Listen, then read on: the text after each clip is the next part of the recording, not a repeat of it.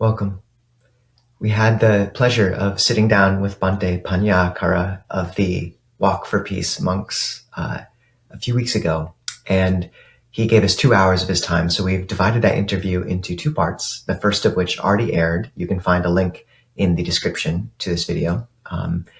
And this is part two of that quite profound and meaningful conversation.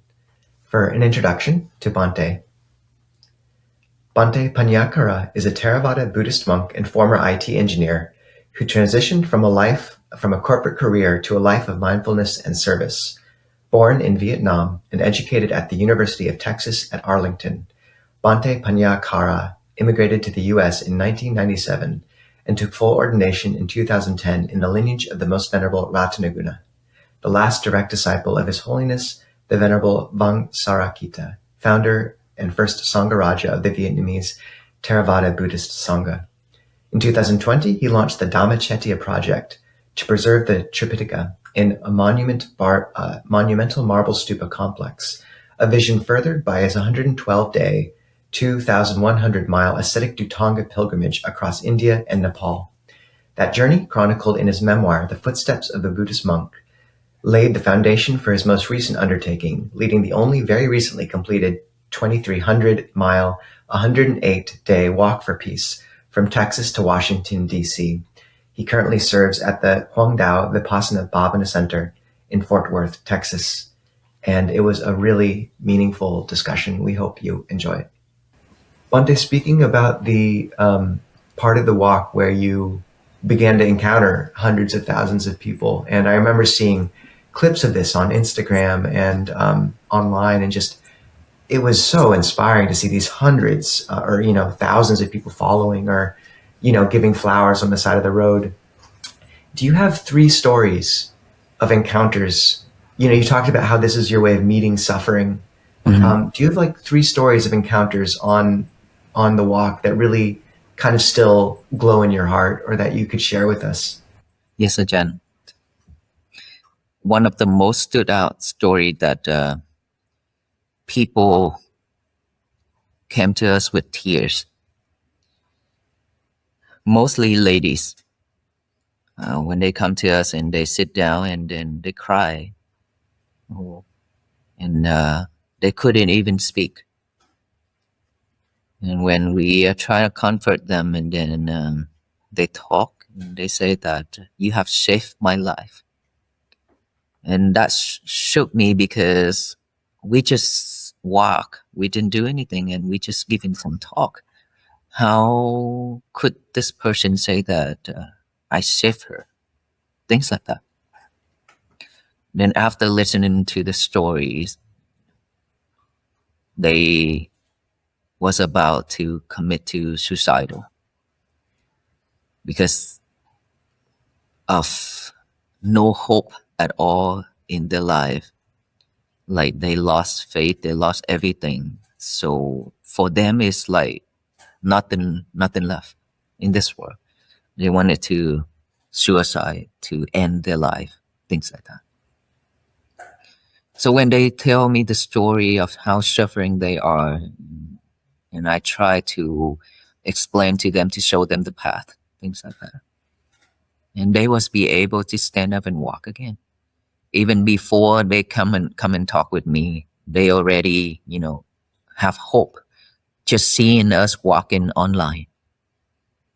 And I ask, how is it save you when you just see us walking online? They say that because how we walk and walking through all the difficulties, weather and challenges and things like that, but we be able to walk every day and without stopping, even though we encounter like a really big major accident and things like that, but nothing can stop us. So seeing that, giving us more hope, and inspire us to continue walking, even though our life is really bad, in a really tough condition, tough and everything, but just those along that can help me already. That's what they said, right?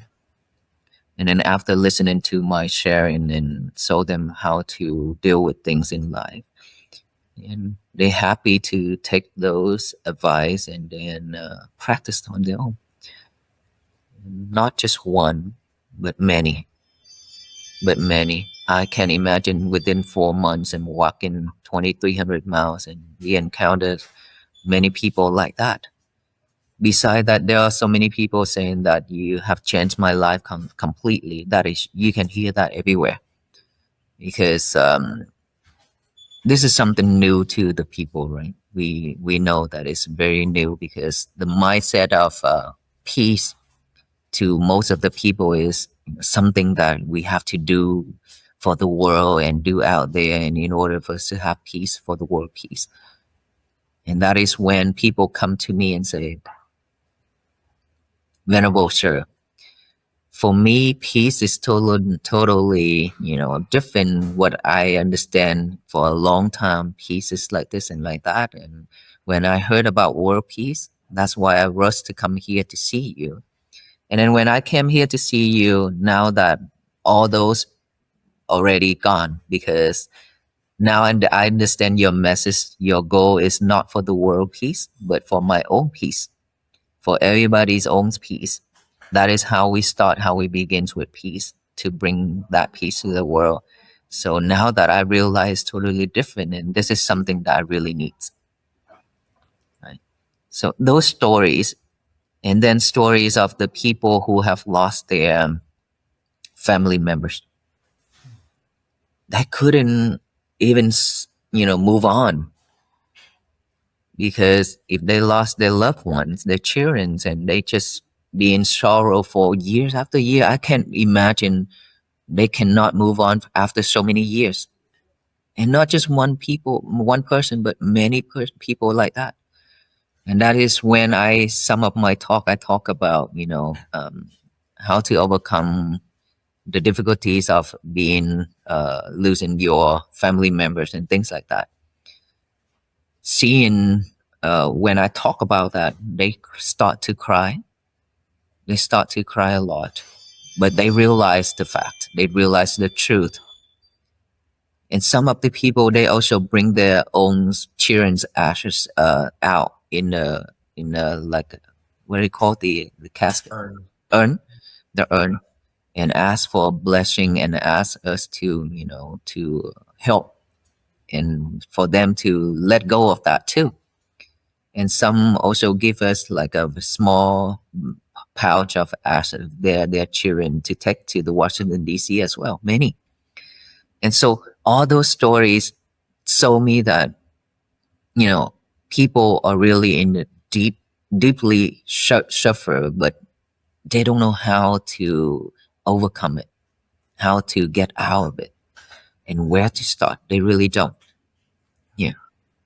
And so we are very grateful to listen to all those stories, and to listen to their feelings, and we put ourselves in them to feel how they felt, right?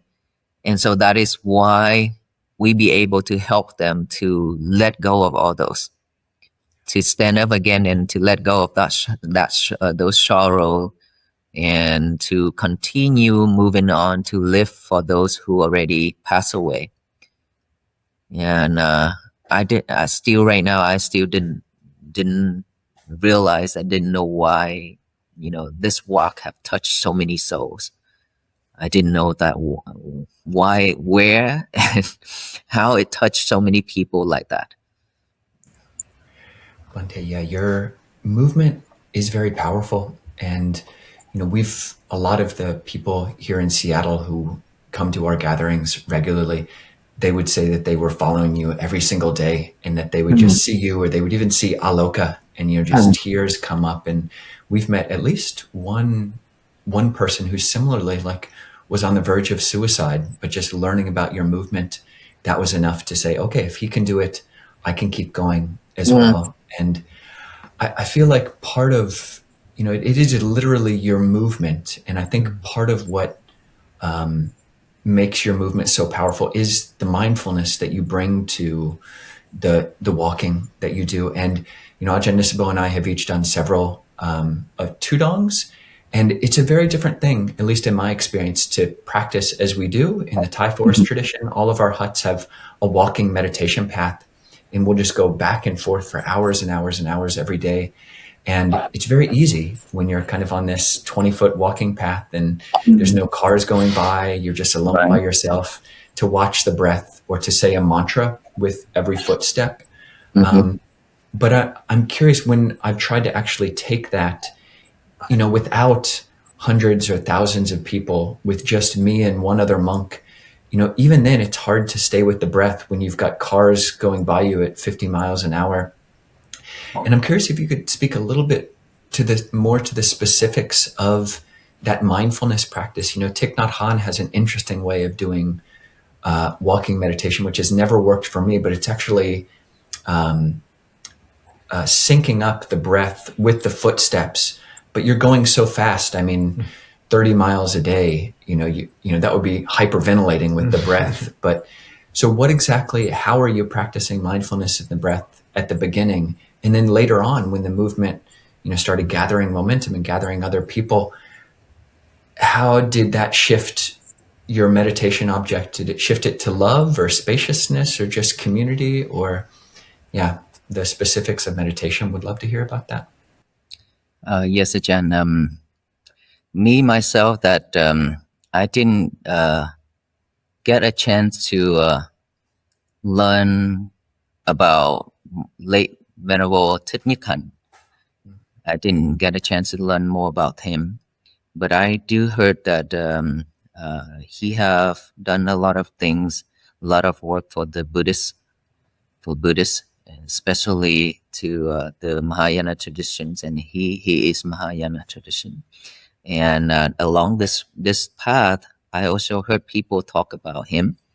And one step, what they call, one step, something. Every step. I heard people telling me that. And so sometimes they wrote it on the board saying that Thich Nhat Hanh peace in every step, things like that.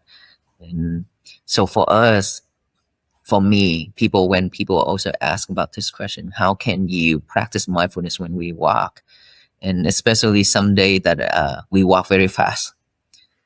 that is when you listen to the Venerable monks here, and Venerable Paññākāra is walk for peace, but we have to run for peace because they have to chase after me, right?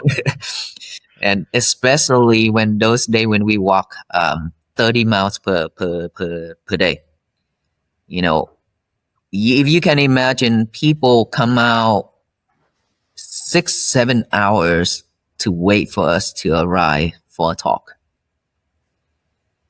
They come out and they stay there for 6-7 hours to wait for us to come and talk, because they don't know when we arrive, right? So they just come out, and along the road, people just standing there. I ask, how long have you standing here? About 4 or 5 hours. But they willing to come out regardless of the weather. And so when those things, when people keep telling me that they have been waiting for a long time and things like that, that is when I told the team, we need to walk faster. When there's no people to greet and to talk and things like that, we need to walk faster, especially when the sun set. We need to get there early, as soon as possible. Why? Because it's dangerous. Secondly, not many people can see us. Right? And so third, there are so many people waiting for us there at the night rest. So we don't want them to wait for a long time. Knowing that they stand in the cold to wait for us, that is very, very bad condition, and they have to stay there for a long time. They probably haven't eaten anything too. That's why we always rush to get there. And so for those times, when I speed up, the whole team have to speed up. And when I slow down, the whole team slow down and get to rest. And that is when they show us smiles on their face because we get to. And so how can we focus when we walk and then even walk fast? And I told the crowd that when you practice mindfulness long enough, when you live with that in every moment, then it is really doesn't matter how fast you walk or how slow you walk. You still be able to focus in that. Right? For me, just the breathing.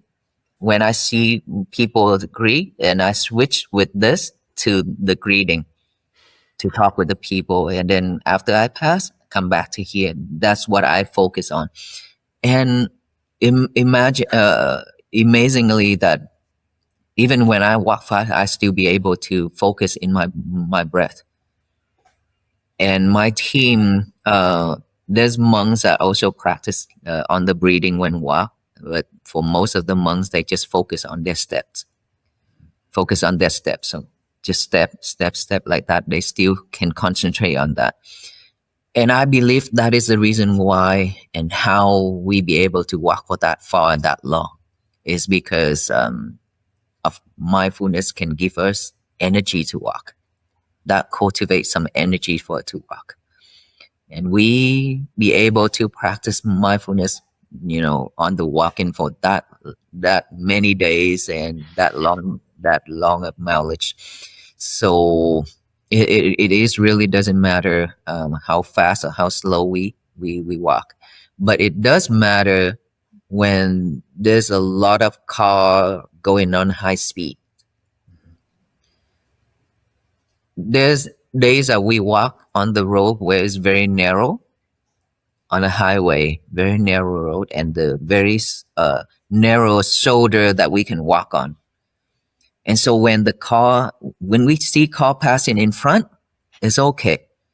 We be able to manage everything. But when car from behind, I cannot control everything, then that is when I feel uneasy. That is when the mindfulness is just going everywhere to the back. My mind is to the front, my mind to the back, and my mind to this person and to that person. Because, being a leader, you have to understand that you have to be everywhere. Because you don't want anything to happen to any of the team, especially after the accident, right? And you more cautious about things going around, and that is when sometimes I cannot focus on my breath anymore when we walk like that, especially at nighttime. But by the time when we get a lot of police and sheriff to escort us, those are the time when I be able to focus more, because I don't have to worry too much, because they block the whole road, front, the side, the back. So what they did is they have front officer and then the side officer and then the back officer, but way back officers as well, to block the traffic all the way, far away behind. It's not just right behind us, but far away behind. That give us more peace of mind to walk. That is the time when I be able to get back on track, when we have a lot of support from the officers. Bhante, the fact that your speed was motivated by kind of really not wanting to make people wait and keeping people safe, I find just quite actually touching. And you spoke about the accident with Ajahn Mahadam, where he, eventually had to have the lower half of his leg amputated. Would you talk about that? Just like what were the echoes of it? I know I've heard him speaking about it and noting that was a bit of a turning point for the pilgrimage in terms of how much people were there following it as well. But I'm curious, how did it happen, and what reactions did you see in him, in you, and how has it echoed since? And we will probably actually interview him in person in the coming weeks. Yeah, I see. Yeah, Ajahn Mahadam is he's very mindful on his actions and his thoughts. And so when that happened, I had the feelings already. That's why I wanted to stop. It's not far away from our night rest. It's like 20 more minutes of walking. That's it. But driving is like 2 minutes away. And so I just keep thinking that, it's something gonna happen, and I was about to stop, and then the loud noise coming all the way from behind us and hit. And that is when everything just sadder. And then I rushed to come to Ajahn Mahadam. Before I talk with him, I have to control the traffic using our flashlight, our headlights, to control the traffic, to ask people to slow down, but they still rushing and moving really fast. And that is where one more accident on the side of us too, because of people applying the brake, because all those pieces on the roads. And then when I be able to manage the traffic, they all stop. And I come to Ajahn Mahadam and hold his head, and I ask him, he lies face down. And I asked him, "John, you okay?" And he responded. He said, "I'm okay." And I say, "Continue breathing. Focus on your breath, okay?" Because right that moment, without that, then he just only feel pain because it's really bad, right? But he said, "Yes, I am focusing on my breath right now." That is what he's respond. So he was very calm, no noise, no cry, no nothing. He told me after that, he told me he thinking that he was about to die, but he was be able to stay calm. He didn't cry, he didn't yell, he didn't call for help or anything. He just cultivate on his breath at that moment. And I told him continue doing that until the support come, the medic and everybody comes to help him. And then when we be able to take him to the hospital, and knowing that he is safe and he is going to treat his leg and everything, then we start to continue our journey 2 days after, to make sure that everybody is been well taken care of. And then we continue our journey. Before that and after that, he talked with me over the phone in Zoom call. He said that I will have to amputate it. I'll have to cut it off because the doctor saying that it will be difficult to walk again, even though and it might not be able to heal, and a lot of surgery after the first one, not just one surgery, many.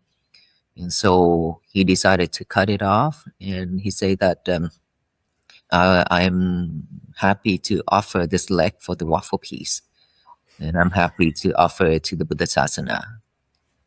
That's what he said, and that also touched all of us, that he have a very strong mind, strong decision, and willing to offer to the waffle piece to bring peace to the people and to the Buddha Sasana to support more people and to spread Buddha Sasana. And so that is the story about him. And then after he got his leg amputated, and then all my teachers and all other monks are taking care of him, moving back to Georgia. And then we met again in Georgia when we arrived to his temple.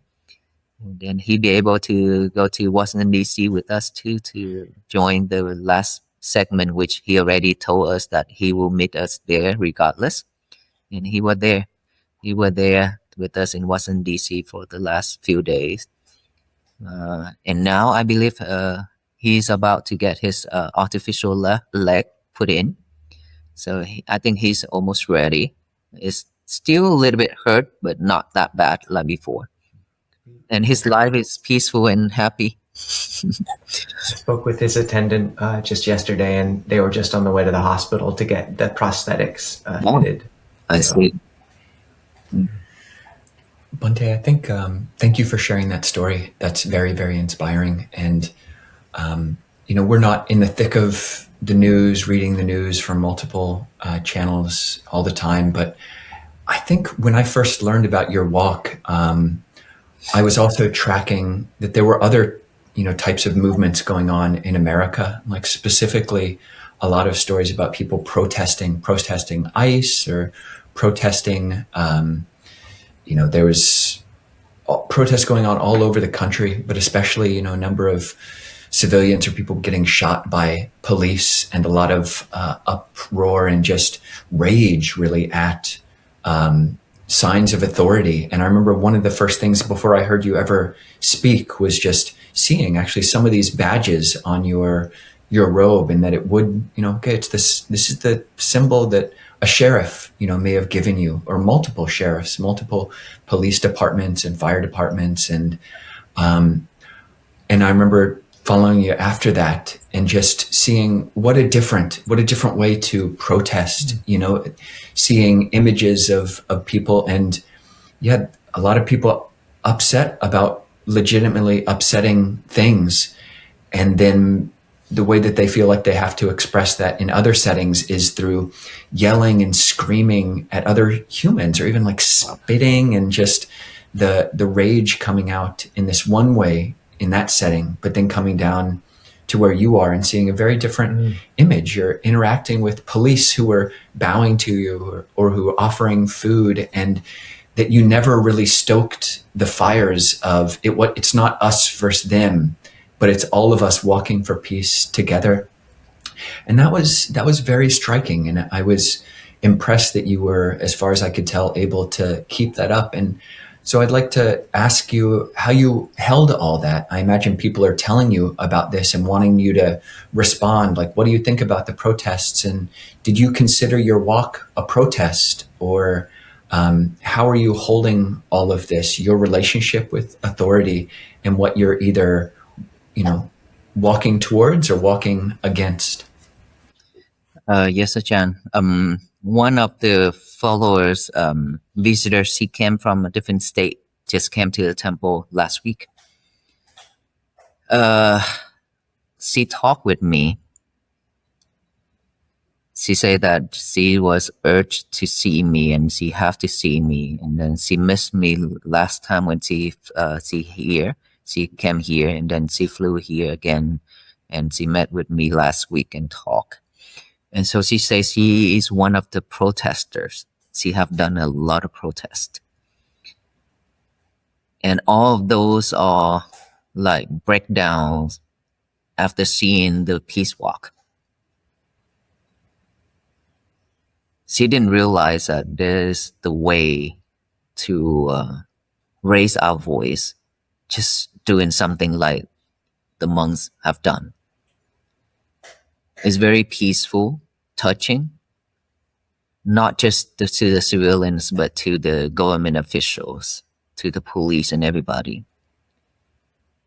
And by doing that, we actually can seek for something that we really want, instead of going out there and shout and yell and then put a lot of hate energy into the universe.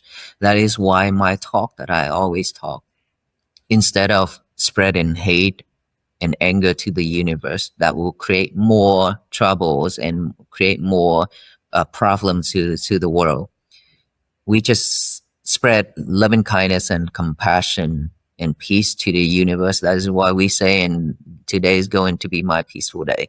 Every morning, just spread that message to the universe and live throughout the day, be mindful with it, and compassionate and loving kindness. If we can do that, the world will be changed, because we've been receiving a lot of disasters here and there, everywhere nowadays, and it's getting larger and larger, right? Is because we always react, we always put in all those hateful things into the universe, killings, destroying forests and everything, right? So the universe return with anger, with different kind of disasters. So now if we want to change that, we should spread loving kindness instead of hate. It's also spread, but loving kindness instead of hate. And that universe, when it receives it, it will shower back down with peace, with loving kindness and compassion, just like we do, right? It requires a lot of effort and a lot of people doing this in order for this world to be changed. We've been protest many decades, generation after generations. And we all already understand why and how people did that, right? It's because they want to raise their voice, because they want to have freedom and things like that. And that's nothing wrong with it. Nothing wrong with it. It just, when I take on this journey as a Buddhist monk, we already know our Buddha said, anything related to the king, royal, anything related to the government, let the government handle it. Anything that related to the monks, only two things: practice and study. You just focus on your practice and your study. Because our Buddhists, we talk about loving kindness and compassion towards all beings. We shouldn't go out there and do any type of protest to ask for this and that. That is the rule of the Buddhist monks already, right? It's in the Vinaya. We cannot do all those things. We just focus on our practice and share that to all beings. And I learned from that, and I continue with this walk without anything related to politics. Nothing whatsoever. No religious, no politics, purely just peace. And we will be able to raise that awareness to millions and millions of people around the world in a very short time. 4 months, that is short to get that much of followers and much of people supporting, right? That proves that this walk for peace is the result of it is very powerful and is positive, and people believe in it, right? That is when you can see during this walk we have no sign, no banners, nothing, just one of the Walk for Peace flag. That's it. Some people, they have sign to walk with us, even though those signs are nothing major with those signs, but they also put it down when we ask them to. So it's really peace to do that together, but our voice can reach far to the White House, to all the government officials. As we can see, many governors come out or even write the proclamation to present it to us. And sheriff, chief of police, fire department, patrol, SWAT, they all coming out for us to support us. And all those pins, when we mentioned about those pins, there's people didn't realize why I carry so much pin. Is it heavy, or I want to be, to show off with all that, or what? As a monk, I shouldn't do all that. That's what people said. But they cannot understand my intention, right? My intention was so just simple, that I have heard many stories about civilians with police. They are like water and fire. They cannot live together. They don't respect. And so when the sheriff and the police pin on my Sangati with their pins, I keep on it. I kept it without removing it, because this walk is to unite everyone together, to bring everyone together. And that's why I declare in my talk, I said, my mission is not just for the civilians, but all government officials. Everyone must hear this. I will not exclude anyone, regardless of their backgrounds. That's what I said. And so I keep all those pins on to show the people that sheriffs, police officers, all of these agents, they also want peace. They support this walk for peace. The fact is, they coming out, even chief, even sheriff, they coming out and support us every day, right?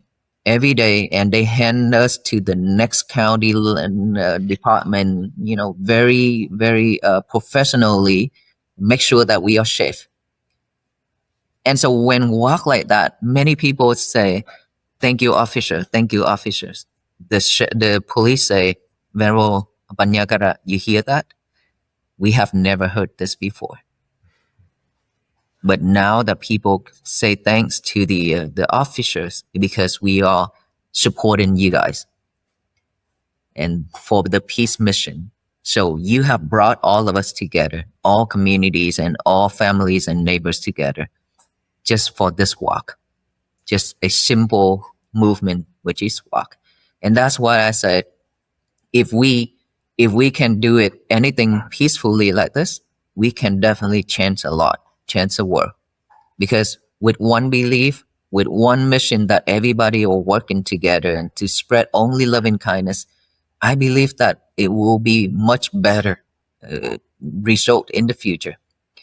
Because everybody needs peace. Because we go against them. That is why they want to return with something, right?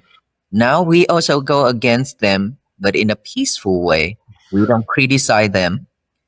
We don't say that, oh, they are so wrong or they are so rude or what or anything like that. But we just show them, we need peace. They also need peace. Everybody needs peace. So if we can show everybody the path, the peace path like that, I think that, people would love to join in. All the government officials love to join in because they eliminate all the headaches, right? We also eliminate our headaches. They also eliminate the headaches because spending so much time in the heat and out there to shout and to yell and to raise our voice waste a lot of energy in our energy. Me, when I walk, I talk every day like that. I waste a lot of energy, to be honest with you. And I didn't know where I get all those energy to talk every day like that, all day long. And I know when we talk a lot, we waste a lot of energy. And so with this waffle piece, it is purely just for peace. And it does support all kind of backgrounds. So I truly hope that all the people, all the beings will continue with this walk to raise our voice and to change the world together. And I think it worked. Bhante, I know we're going to have to let you go pretty soon, but for me, there's such an interesting difference in language between the word vigil and the word protest, and just how you held that, the Buddhist teaching that hatred is never stilled through hatred. This is eternal law. Mm-hmm. And I just remember, this, like, we're very careful not to speak about politics in our Dharma talks and to keep it open for everyone. And just every time I would see images of you and how you've held this, the sense of like how much you've aligned with the ethos, which has, steered our lives. It felt like seeing just such another son of the Buddha. And that recognition was such a kind of quite heartening for us to see in you. And, like we could just, if we met, we would just know exactly how to interact. And that was the case, just since the beginning of this interview. And that you're carrying that same message. And I kind of wanted to bring things back to that shared root that we both have, and just quickly asking you about your relationship to the triple gem. So I wanted to ask about, what your relationship is to the Buddha. Like, what does he mean in your heart? I wanted to ask for your favorite sutta for the Dhamma. And I wanted to ask for the foremost disciple that you most relate to, Venerable Ananda or Venerable Mahakassapa. So can I get the Venerable Paññākāra triple gem for the audience? For me, after I ordained, people ask me, have I had a second thought since I ordained? I say no. I never regret to walk on this path. So for me to believe in the teachings of the Buddha, which we already know that he's not the one who created everything, but he found everything to show us the path that is already there, right? And so that is the nature. And I can sacrifice my life for this. because I know it helped me, changed me completely. And it did for me to use all that and to practice all that, and then to share all that to the people, especially this waffle piece. So it did change so many lives. And for me to, with the triple gems, I believe it's not just a belief, but I'm all about the teachings of his. And I'm willing to sacrifice my life. That is why I decided to build the Dhammacharya project. It's because his teaching, his profound, everything is just, is so true that we don't even, talk about or have a second thought about his teachings. Of course, they have to be truth, right? We have to learn the truth, Dhamma. And so I willing to sacrifice my life to build this Dhammacharya project to preserve his teachings for the future generations. That tells enough how strong am I to the triple gems already. And so for the Sangha, I really don't have anyone in my mind since I started to ordain that, I look up to be admired or to follow his path, like Venerable Ananda or Venerable Mahakassapa or anything like that. I never thought of it until today you ask. This is the first time that you raised that question in me. And so let me think about it. Your answer was good. But I am curious, like on the opposite side of that was a great answer and a great question about our faith in Buddhism. But what you mentioned, and another thing I was impressed with, you say on the walk, no politics and no religion. And I did see a number of videos on YouTube, with the thumbnail or the title, Southern Christians flip out at Buddhist monks, or like, Christians explode and melt down. And I did see some of these videos where there are you're not protesting, but they're counter protesting with a sign that says, Jesus is one, and they're coming with this energy that you're trying to convert people. And one video in particular was quite impressed. Like, I would just try to walk way around, like, okay, you can have your thing and I'm just going to walk way around. Whereas like you actually, in one video at least, just got closer and to actually engage with some of these people. And just curious, what was your take? I mean, Buddhism is awesome because you don't have to lean into the religiosity of it. But what did you think when there are these people who are assuming that you're trying to be, convert people to Buddhism? How did you relate to such people? That group is not the only.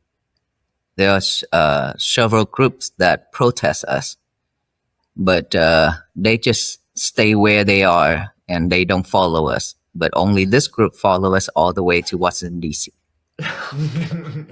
He declared that if you don't turn to Jesus Christ, I will follow you from now every day until your final destinations. And by that declaration, I thought, he probably the Devadatta now. And I thought in my mind that like that, and I smile. And when I see him, when he raised, I have to be to tell you the truth that I admire his speaker. When we had a very small speaker similar to his speaker, without my speaker, when I talk, not many people can hear.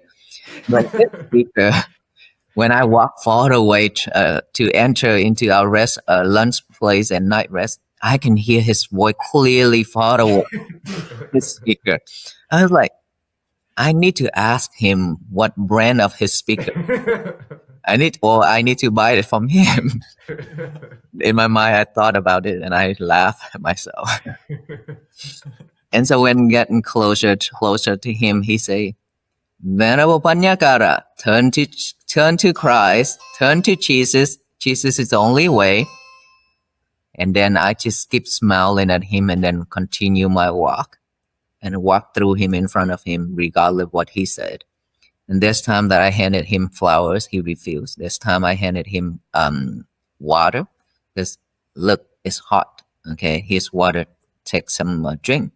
He said, no, I'm not gonna take your water. And I say, why not? This is an open bottle.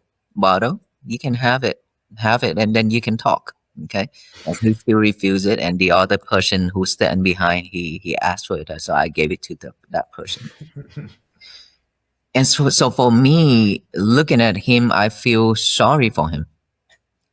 It's because all of his words are just very toxic and very bad for him, because we know karma.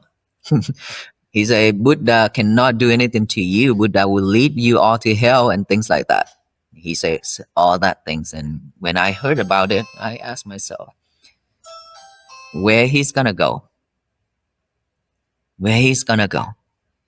And so I continue with my walk, and I pray, may you be well, be happy, and be peaceful.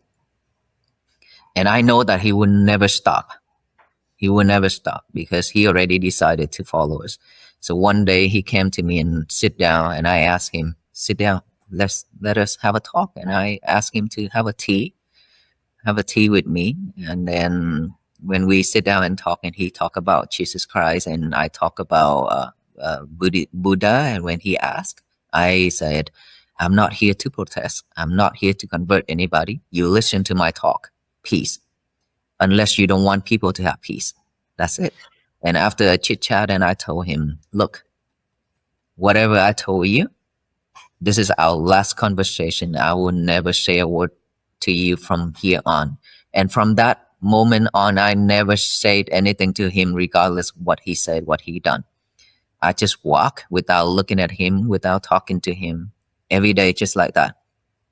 And I feel so bad for him that he have to suffer with his karma later on. And I believe that he is suffer enough.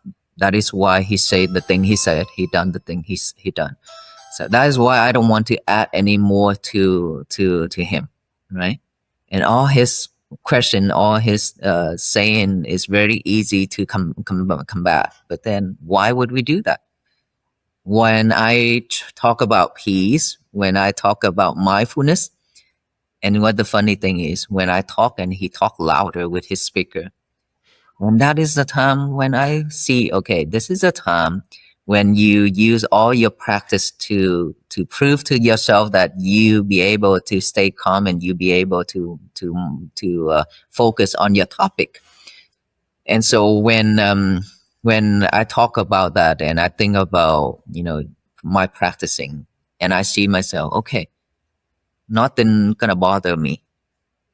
Even he talk louder than me, it's okay. I still be able to focus on my topic to talk to the people. That is the time I could prove to myself that, okay, all those time when I practice now, I can use it, and it works. About mindfulness, concentrating on one thing at a time.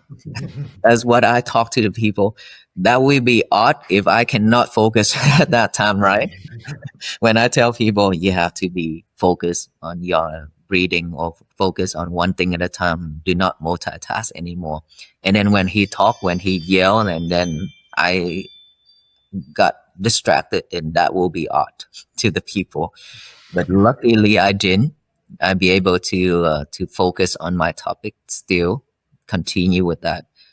And throughout the journey, I have done that, proven to myself that I can do that. I'm capable to focus on my topic. And at those times, for the rest of the journey until Washington D.C. and he got arrested, which we never expected that turn out. But karma, I strongly believe in karma. So they got arrested at the last segment in Washington D.C. Bhante, we know you have to receive people for the meal, but just maybe as a final note, first we might be able to find that speaker and send you a version of it if we can. But also we'll link in the description to the Dhammachetya project, and Also, we hope we get to visit you. We hope we get you to visit us, and that this is the start of a friendship. And we honor so much what you've given the world through your faith and care, and just even getting to talk to you this morning was such a blessing. Thank you so much, Bhante, for everything. And would you be able to call Aloka up here for our final goodbye? Aloka, Aloka, come.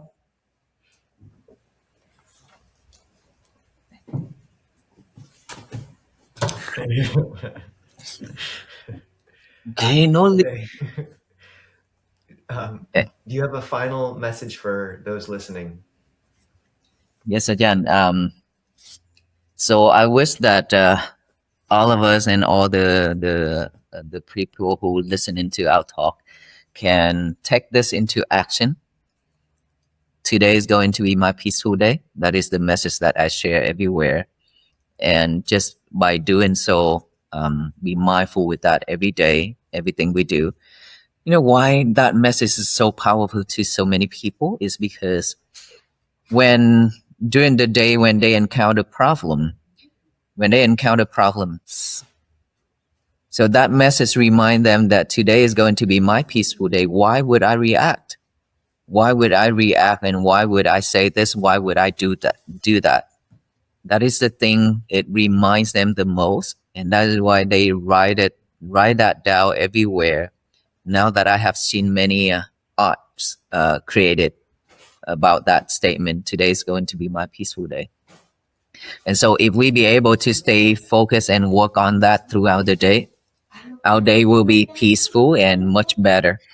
So I hope that all of us will practice that way, and to spread love and kindness and compassion to the world, so that our world will be a better place for all beings to live.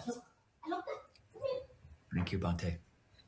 Thank you so much, Venerables, to give me a chance to talk today with you, and then to share with the audience.